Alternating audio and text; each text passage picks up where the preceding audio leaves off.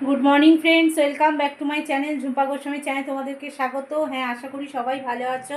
হ্যাঁ, আমি ভালো আছি, এটা বলবো না, কারণ আজকের পুটকের শরীর খুব খারাপ, সেই জন্য ভালো আছি কি করে বলবো বলো।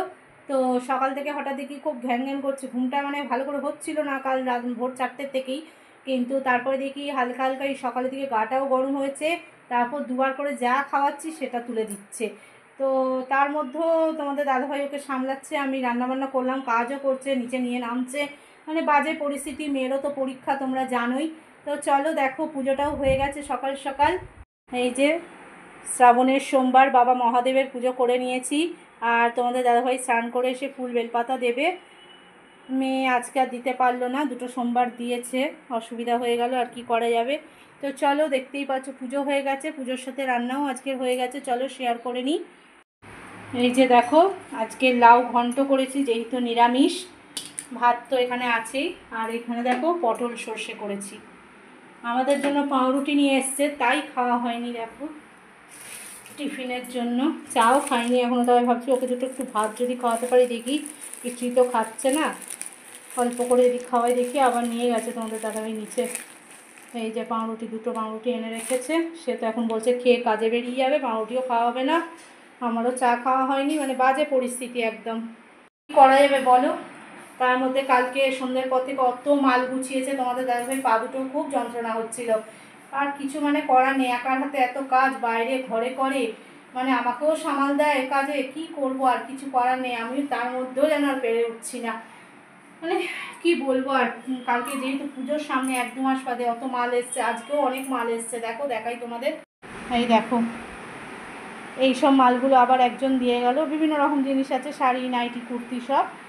তো এইগুলো আবার দোকানে যাবে, ওগুলো চলে গেছে। দেখো ওগুলো কাল এখানে দিয়ে সব রেখেছিল, জানোই তো তোমরা সব। ওগুলো আজকে সকালে নিয়ে গেল, এসে 8টার সময় লোক এসেছিলো, দোকানে পৌঁছে দিল। যেহেতু পুজো আসছে, কাস্টমার তো চাইছে না বিভিন্ন রকম জিনিস, এটা নেই তো ওটা, ওটা নেই তো সেটা। এখন লোকের জিনিস মানে চাহিদা মতন জিনিস দিতে হবে, কিছু করার নেই। দোকান যখন, ব্যবসা যখন খুলেছে, তাকে তো সামাল দিতেই হবে। এবার কি, আর কুটকেরও একটা বাজে কেউ হয়তো, মানে তার বাবাকে ছাড়া থাকছে না, এটাই একটা বড় সমস্যা। এই নিচে এই মাল একটা ওপরে নিয়ে এলো, জানো, দিয়ে গেল গাড়ি করে, কিন্তু নিচ থেকে তো তুলতে হলো তোমাদের দাদাভাইকে। এটাই একটা বড় কষ্টের, আর কি করব। তো চলো তোমরা সঙ্গে থাকো, জানি না আজকে কতটুকু কি আসতে পারবো, যতটুকু পারলাম আসলাম তোমাদের সামনে, তোমাদেরকে বললাম। অনেক বেলাই তোমাদের সামনে আজকে এলাম, প্রায় 12টা বাজতে যায়। তো চলো, সবাই কেমন আছো জানিও কমেন্টে। চলো একটু পর তাহলে আসছি, মানে একটু পর মানে কি, কখন আসবো বলতে পারছি না, তবে আসবো, অবশ্যই আসবো, সঙ্গে থাকো। দেখো তোমাদের দাদাভাই জামা কাপড়গুলো এনে দিয়ে চলে গেছে, আর ইন্ডাকশানটা আমি এখনও জায়গা মতো রাখিনি, এখানে রেখেছি। মেয়েটাকে তো এই আধ ঘন্টা হলো ঘুম পাড়িয়েছি, ভাত একটু খাইয়ে ঘুম পাড়াবো ভাবলাম, সেটাও তুলে দিল, জানো কী যে করবো জানি না। তো তোমাদের দাদাভাইয়ের পাউরুটি খাওয়া হলো না, ভাত খেয়েই কাজে বেরিয়ে গেল একদম। আর আমি এইমাত্র একটু চা খেলাম, পাউরুটিটাও খেলাম, কিন্তু বলছি না ভালো লাগছে না কিছু। বাচ্চার শরীর খারাপ থাকলে কিছু আর ভালো লাগে বলো।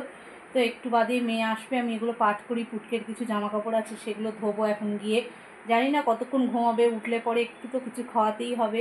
তা ডাক্তারবাবু ফোন করলাম, ডাক্তারবাবু বেরিয়ে গেছেন, সরি বেরিয়ে যাননি, 1:30টা অবধি বসবেন, কিন্তু এখন তো নিয়ে যাওয়া সম্ভব হতো না, হয়তো খুব এমার্জেন্সি হলে হয়তো যেতে হতো। তোমাদের দাদা অনেকটা দূরেই কাজে গেল, তা যদি আবার ওই বমি করে বা গা আবার যদি গরম হয়, সন্ধ্যাবেলা আমিই নিয়ে যাব। আমাকে বললো তুমি একটু নিয়ে যাও, আমি তার মধ্যে ঢুকে যাব, দেখি কি হয়। ঠাকুরের আশীর্বাদে যদি আর না যেতে হয় সেটাই চাইবো, তোমরাও তাই প্রে করো যেন নাই যেতে হয় ওকে আর ডাক্তারের কাছে, এমনি যেন ঠিক হয়ে যায়।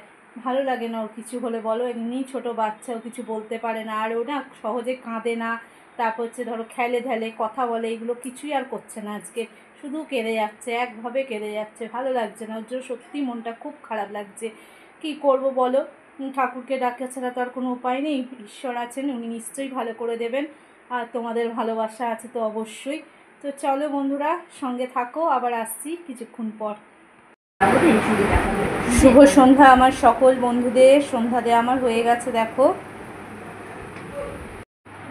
আর তোমাদের তো বললামই পুটকের শরীর ভালো নেই, মাঝে মাঝে তাই আসছি, খুব একটা আসতে পারছি না। সেই দুপুরে তোমাদের সাথে দেখা হয়েছে, আবার এখন ফিরে আসলাম সন্ধ্যা দিয়ে নিয়ে। তো খাওয়া বলতে থেকে থেকে খাওয়াতে হচ্ছে, অল্প অল্প করে, সেই 3টের সময় খেয়েছে, মানে ঘুমোচ্ছে উঠছে এরকম করেই হলো। তো এখন একটু খাইয়ে দিই, দেখি কি হয়, আবার সেই অবস্থা বুঝে সেই ভেবে আর কি ডাক্তারের কাছে যেতে হবে। তো তো চলো সঙ্গে থাকো, দেখা যাক কি হয় না হয়, সবটাই তোমাদের সাথে শেয়ার করব অবশ্যই। তো আগে ওকে আস্তে আস্তে বসে বসে খাওয়াই, একটু তো সময় নিয়ে খাওয়াতে হবে, যেহেতু শরীরটা ওর ভালো নেই। তো চলো, গরমও লাগছে প্রচণ্ড, ও তো পড়ছে, কিন্তু ওকে একটু যেতে হবে, ও ভুলিয়েছিল বলেই খেয়েছিল তখন ভালোভাবে, মানে ওর দিদির কথা বলছি।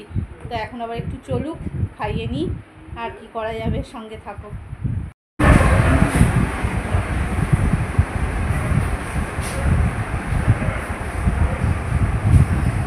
কি আর বলবো বলো, দেখতেই পাচ্ছ।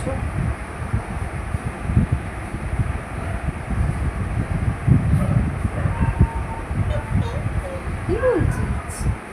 বলছি বল না, বল কি বলছিস, বল। কি বলবি? উঠে ভর্তি হচ্ছে, দাঁড়া। হ্যাঁ বল, কি বলবি, বলছি কি বলছি।